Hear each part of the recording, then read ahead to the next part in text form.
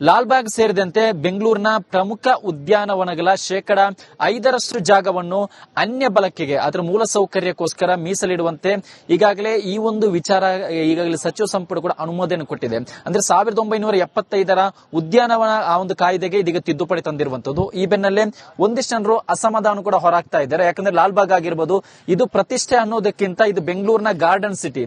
ಇಂತಹ ಗಾರ್ಡನ್ ಸಿಟಿಯಲ್ಲಿ ಇತ್ತೀಚೆಗೆ ಪಾರ್ಕ್ಗಳೇ ಕಡಿಮೆ ಆಗಿದೆ.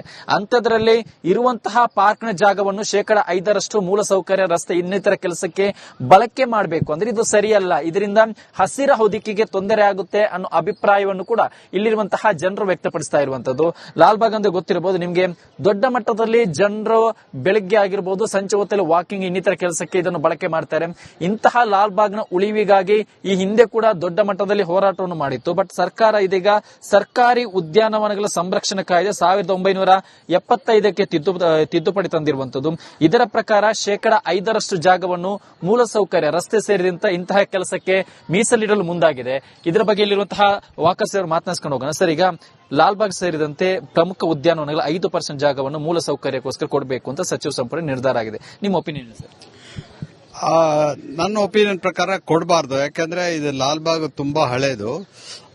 ನಾವು ಹುಟ್ಟು ಬೆಳೆದಾಗ್ಲಿಂದ ಇಲ್ಲೇ ಇರೋದು. ಆಲ್ಮೋಸ್ಟ್ 70 ವರ್ಷದಿಂದ ಓಡಾಡ್ತಿದ್ದೀವಿ.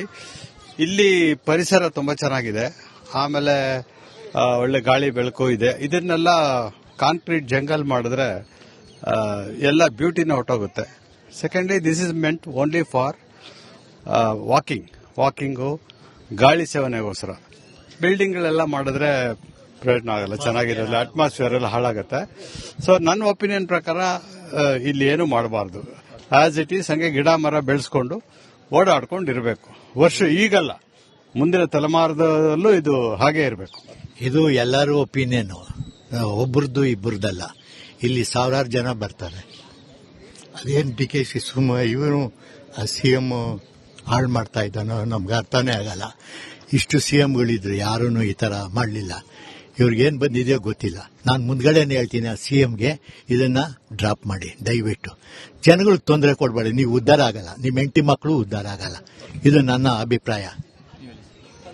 Underground road is very bad in Lalbagh. ಗೊತ್ತೈತ್ರ, ಒಳಗಡೆಯಿಂದ ತಗೊಂಡೋ ರೋಡು ಬಹಳ ಇದು ತೊಂದರೆ ಆಗುತ್ತೆ ಎಲ್ರಿಗೂ, ನಮ್ಮೊಬ್ಬರಿಗೆ ಅಲ್ಲ.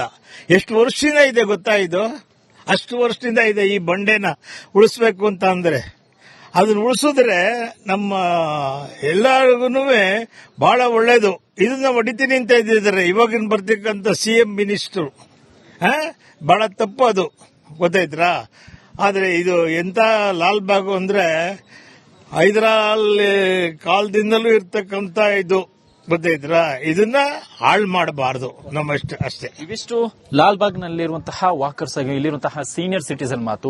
ಈ ಒಂದು ನಿಯಮದ ಪ್ರಕಾರ 5% ಜಾಗವನ್ನು ಮೂಲಸೌಕರ್ಯಕ್ಕೋಸ್ಕರ ಅಥವಾ ಇನ್ನಿತರ ಕೆಲಸಕ್ಕೋಸ್ಕರ ಬೇರೆ ಪರ್ಪಸ್ಗೆ ಯೂಸ್ ಮಾಡಿದ್ರೆ ಲಾಲ್ಬಾಗ್ನ ಸರಿಸುಮಾರು 5 ರಿಂದ 10 ಎಕರೆಷ್ಟು ಜಾಗ ಹೋಗುತ್ತೆ. ಇದು ಟನಲ್ ರೋಡ್ಗೋಸ್ಕರ ಈ ರೀತಿಯಲ್ಲಿ ನಿಯಮ ಮಾಡಿದ್ದಾರೆ ಅನ್ನೋ ಆರೋಪವನ್ನು, ನೇರವಾಗಿರುವಂತಹ ಆರೋಪವನ್ನು ಸಂಸದರಾಗಿರುವಂತಹ ತೇಜಸ್ವಿ ಸೂರ್ಯ ಅವರು ಮಾಡ್ತಾ ಇದ್ದಾರೆ. ಅಂದ್ರೆ ಟನಲ್ ರಸ್ತೆಗೋಸ್ಕರ ಲಾಲ್ಬಾಗ್ನ ಒಂದಿಷ್ಟು ಜಾಗವನ್ನು ಈಗಾಗಲೇ ಒಂದಷ್ಟು ಜಾಗವನ್ನು ಕಬ್ಜಾ ಮಾಡಲು ಮುಂದಾಗಿದ್ರು ಅನ್ನೋ ಆರೋಪವನ್ನು ಕೂಡ ಮಾಡ್ತಾ ಇರುವಂತದ್ದು. ಇದು ಯಾವಾಗ ಇದರ ಬಗ್ಗೆ ವಿರೋಧ ಎದುರಾಯಿತು, ಇದೀಗ ಹೊಸ ಮಸೂದೆ ಮೂಲಕ ಅಥವಾ ಈ ಹಿಂದೆ ಇದ್ದಂತಹ 1975ರ ಉದ್ಯಾನವನ ಸಂರಕ್ಷಣಾ ಕಾಯ್ದೆಗೆ ತಿದ್ದುಪಡಿ ತರುವ ಮೂಲಕ ಈ ಒಂದು ಹೊಸ ರೀತಿಯಲ್ಲಿ ಲಾಲ್ಬಾಗ್ನ ಜಾಗವನ್ನು ಇದೀಗ ಕಬ್ಜಾ ಮಾಡಲು ಮುಂದಾಗಿದ್ದಾರೆ ಅನ್ನೋ ಆರೋಪವನ್ನು ಕೂಡ ಮಾಡ್ತಾ ಇರುವಂತದ್ದು. ಇದೇ ಕಾರಣಕ್ಕಾಗಿ ಯಾವುದೇ ಕಾರಣ ಕೂಡ ಲಾಲ್ಬಾಗ್ ಅಥವಾ ಕಬ್ಬನ್ ಪಾರ್ಕ್ ಮಾತ್ರ ಅಲ್ಲ, ಬೆಂಗಳೂರಿನ ಯಾವುದೇ ರೀತಿಯ ಉದ್ಯಾನವನದ ಜಾಗವನ್ನು ಮೂಲಸೌಕರ್ಯಕ್ಕೋಸ್ಕರ ಬಳಕೆ ಮಾಡಬಾರದು. ಈ ರೀತಿ ಮೂಲಸೌಕರ್ಯ ಬೇಕು, ಅದಕ್ಕೆ ಪರ್ಯಾಯವಾಗಿರುವಂತಹ ದಾರಿಯನ್ನು ಹುಡುಕಿ, ಅದು ಬಿಟ್ಟು ಇರುವಂತಹ ಗಾರ್ಡನ್ ಸಿಟಿಯ ಉದ್ಯಾನವನಕ್ಕೆ ಯಾಕೆ ನೀವು ಕೈ ಹಾಕ್ತೀರಿ ಅನ್ನೋ ಪ್ರಶ್ನೆಯನ್ನು ಕೂಡ ಇದೀಗ ಇಲ್ಲಿರುವಂತಹ ಜನಸಾಮಾನ್ಯರು ಮಾಡ್ತಾ ಇದ್ದಾರೆ. ಇದು ಈ ನಗರದ ಸುದ್ದಿಯಾಗಿದೆ.